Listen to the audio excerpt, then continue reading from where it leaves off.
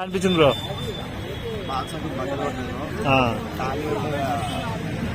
బాహుబలి తర్వాత Baahubali మించిపోతుంది. First entering సీనే normal గా లేదు అసలు. ఎలాగుంది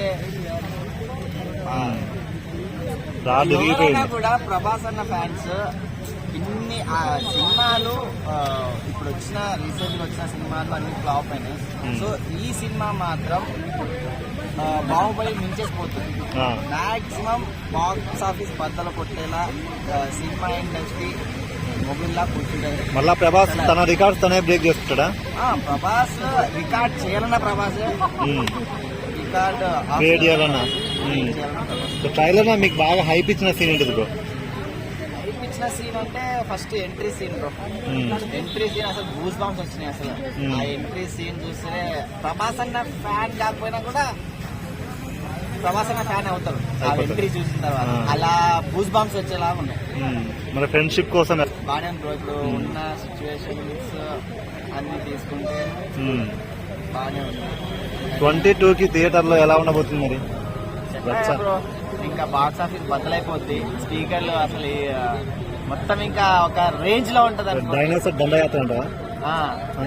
దయాగారి దండయాత్ర రికార్డు క్రియేట్ చేస్తాంటారు. రికార్డు క్రియేట్ చేస్తారు బ్రో. ఇప్పుడు అదే టైం కి షారుఖ్ ఖాన్ దుమ్కి మూవీ కూడా వస్తుంది కదా బ్రో. నేను ఒకటి చెప్తున్నా, ఓకే అండర్స్టాండ్. బట్ ఏంటంటే ప్రభాస్ అన్న తెలుగు ఇండస్ట్రీలో టాప్ ఉన్నారు. బట్ మా ప్రభాస్ అన్న ఫ్యాన్స్ కి టాప్ 1 అంటే ఎవరి హీరో వాళ్ళ గొప్ప, వేరే హీరో వాళ్ళని నెగిటివ్ చేయట్లేదు.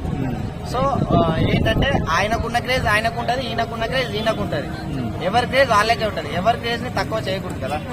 ఎవరి క్రేజ్ వాళ్ళకి ఉంటది. ఈ ఇయర్ లో ఆల్రెడీ షారుఖ్ ఖాన్ 2 మూవీస్ కూడా 1000 కోట్ల క్లబ్ లో చేరిపోయినాయి. ఓకే. సో ఇప్పుడు ప్రభాస్ ఈ ఒక్క మూవీతో ఆ 2 మూవీస్ ని దాటేస్తున్నారు. బ్రేక్ చేస్తారు, కంపల్సరీ బ్రేక్ చేస్తారు. ఎందుకంటే ఇప్పుడు హోప్స్ ఆ సీన్ ఒకటి ఉంటది బ్రో. 500 మంది అలా విలన్స్ ఉంటారు. సో ఆ విలన్స్ లో సీన్ ఉంటది చూడండి, హైలైట్ గా ఉంటది. అక్కడ సేమ్ మా బాహుబలి ఎలాగా లాస్ట్ యుద్ధం జరుగుతుంది కదా, ఫైట్ జరుగుతుంది లాస్ట్ ఫైట్. సో దానికన్నా మించి ఉంటది ఈ ఫైట్. చాలా బాగుంటది, అట్రాక్ట్ గా ఉంటది. చాలా మంది టాప్ బాగా ఉంటది బ్రో. అంతే, ఇంకా మాటలో చెప్పలేను అది. అంతే.